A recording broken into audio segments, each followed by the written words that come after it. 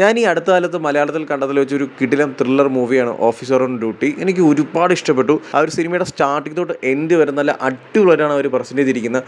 ഓരോ സീക്വൻസും അതിൻ്റെ എക്സിക്യൂഷനായാലും character പ്രസൻറ്റേഷനായാലും story telling ആയാലും ഡയറക്ഷനായാലും ഈച്ച് ആൻഡ് എവറി ഡിപ്പാർട്ട്മെൻറ്റ് എടുത്തു പറയണം. അതായത് ലൈറ്റിംഗ് എടുത്തു പറയണം, സൗണ്ട് എടുത്തു പറയണം, എല്ലാം പെർഫെക്റ്റ് ആയിരുന്നു.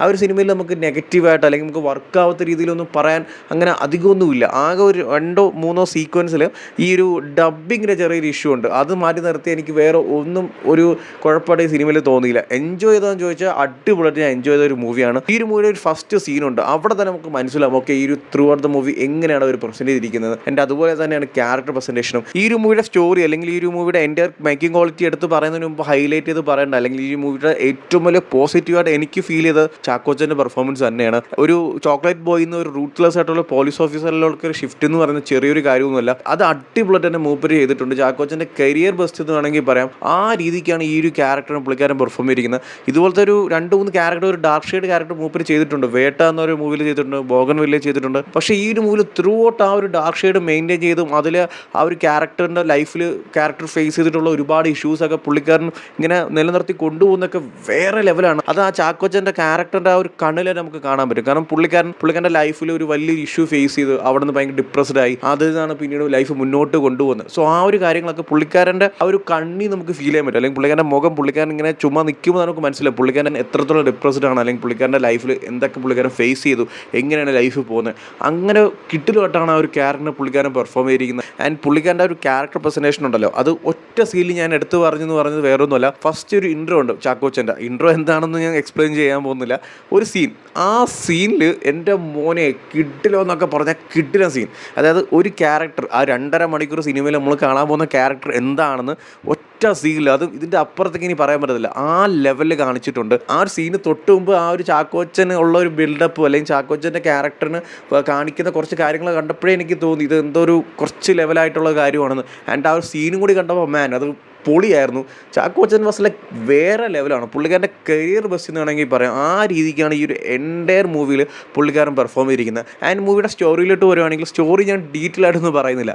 ഡീറ്റെയിൽ ആയിട്ട് എവിടെയെങ്കിലൊക്കെ പറഞ്ഞാൽ സ്പോയിലറാണ്. വേണമെങ്കിൽ ചെറുതായിട്ട് ഒരു സിമ്പിളായിട്ടൊരു കാര്യം പറഞ്ഞുതരാം. ചാക്കോച്ചൻ ഭയങ്കര റൂത്ത്ലെസ് ആയിട്ടുള്ള, അതായത് ഒന്നിനും പേടിയില്ലാത്തൊരു പോലീസ് ഓഫീസറാണ്. പുള്ളിക്കാരൻ ഒരു ചെറിയൊരു കേസ് അന്വേഷണത്തിന് പോകും. ചെറിയതെന്ന് പറഞ്ഞാൽ വളരെ ചെറിയൊരു ഇൻവെസ്റ്റിഗേഷൻ. അവിടെ നിന്ന് കണക്ട് ചെയ്ത് പിന്നീട് പോകുന്ന കുറേ ഇവൻറ്റ്സാണ് സിനിമ സംസാരിക്കുന്നത്. ഇത്രയേ ഉള്ളൂ, അധികം ഞാൻ എക്സ്പ്ലെയിൻ ചെയ്യാൻ പോകുന്നില്ല. സോ ഇത്രയേ ഉള്ളൂ, ഞാൻ ഡീറ്റെയിൽ ആയിട്ടൊന്നും പറയുന്നില്ല. എനിക്ക് മൂവി നല്ല രീതിക്ക് തന്നെ ഇഷ്ടപ്പെട്ടു. ഓവറോൾ ഒരു അടിപൊളി ഒരു എക്സ്പീരിയൻസ് ആയിരുന്നു. ആൻഡ് മൂവിയുടെ ഒരു ടെക്നിക്കൽ അല്ലെങ്കിൽ മൂവിയുടെ മേക്കിംഗ് ക്വാളിറ്റിയിലൊക്കെ വരുവാണെങ്കിൽ മൂവി ഡയറക്റ്റ് ചെയ്തിരിക്കുന്നത് ജിത്തു അഷ്റഫാണ്. പുള്ളിക്കാരൻ്റെ ഫസ്റ്റ് മൂവിയാണെന്ന് എനിക്ക് തോന്നുന്നത്. ഡയറക്ഷൻ വാസ് ലൈക്ക് അടിപൊളി കേട്ടോ. ഓരോ സീക്വൻസും അത് പെർഫെക്റ്റ് ആയിട്ട് എന്താണ് എക്സിക്യൂട്ട് ചെയ്യേണ്ടത് അല്ലെങ്കിൽ കാണുന്ന ഓരോ ഓഡിയൻസിനും ഇത് എങ്ങനെ വർക്കാവണം അത് പുള്ളിക്കാരൻ അടിപൊളിയായിട്ട് തന്നെ ചെയ്തിട്ടുണ്ട്. ആൻഡ് ഈ മൂവിയുടെ ബാക്കിയുള്ള ടെക്നിക്കൽ സൈഡ് നോക്കുവാണെങ്കിൽ മ്യൂസിക്കായാലും ക്യാമറ വർക്കായാലും സ്റ്റണ്ടായാലും ലൈറ്റിംഗ് ആയാലും സൗണ്ട് ആയാലും എല്ലാം പൊളി എന്ന് പറഞ്ഞാൽ അടിപൊളിയായിരുന്നു. കാരണം ഞാനിത് മെൻഷൻ ചെയ്യാൻ്റെ മെയിൻ റീസൺ എന്ന് പറഞ്ഞാൽ അത്ര പെർഫെക്റ്റ് ആയിരുന്നു. ഈ ഒരു മൂവിൽ ആ ഒരു എല്ലാ ഡിപ്പാർട്ട്മെൻറ്റ്സും നല്ല അടിപൊളിയായിട്ട് തന്നെ പണിയെടുത്തിട്ടുണ്ട്. അത് നമുക്ക് സിനിമയുടെ ത്രൂ ഔട്ട് ആ ഒരു എക്സ്പീരിയൻസിൽ ഫീൽ ചെയ്യാൻ പറ്റുന്നുണ്ട്. Especially cinematography, music, lighting, sound എല്ലാം അടിപൊളിയായിരുന്നു. ലൈറ്റിംഗ് ഒക്കെ എടുത്ത് പറയണം. ചില ഷോട്ട്സ് ഉണ്ട്, അതായത് ഒരു ഇൻട്രോ ഷോട്ടിലെ ലൈറ്റിംഗ് തന്നെ അടിപൊളിയായിരുന്നു. അത്ര കിടിലമായിരുന്നു. ആ ഒരു ക്യാരക്ടർ റിവീലിംഗ് ആണ്, അവിടെ പോലും നല്ലൊരു അടിപൊളിയായിരുന്നു. അത് ത്രൂ ഔട്ട് ദ മൂവി എല്ലാ ഡിപ്പാർട്ട്മെൻറ്റും സൗണ്ടായാലും ശരി, സ്റ്റണ്ടായാലും ശരി, മ്യൂസിക്കായാലും എല്ലാം പൊളി എന്ന് വെച്ചാൽ അടിപൊളിയായിരുന്നു.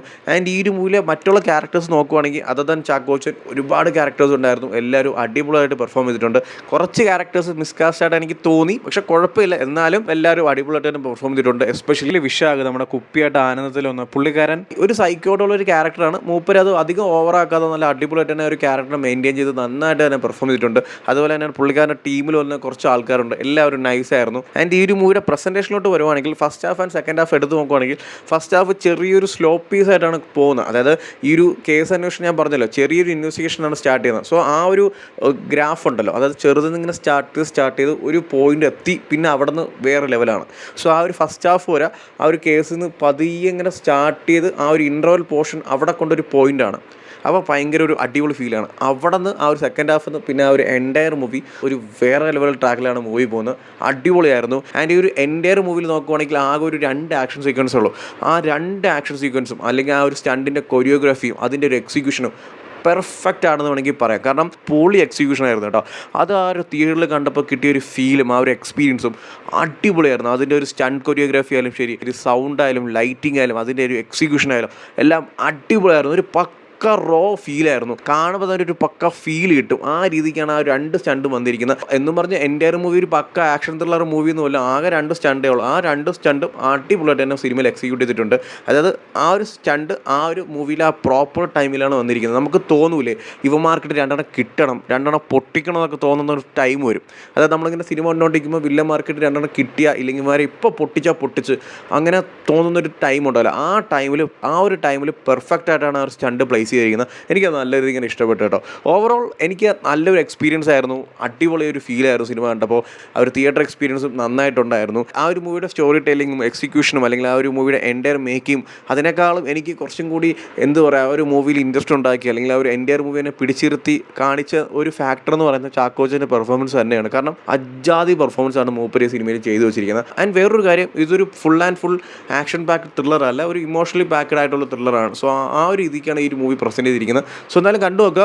ഓൾറെഡി ഈ ഒരു മൂവി കണ്ടവരാണെങ്കിൽ നിങ്ങളുടെ ഒപ്പീനിയൻസ് എന്താ വെച്ചാൽ കമൻറ്റ് ചെയ്യൂ. വീഡിയോ ഇഷ്ടപ്പെട്ടാൽ ലൈക്ക് ചെയ്യൂ, ഷെയർ ചെയ്യൂ. ഇതുപോലത്തെ കൂടുതൽ വീഡിയോസിന് ചാനൽ സബ്സ്ക്രൈബ് ചെയ്യൂ. Thank you so much.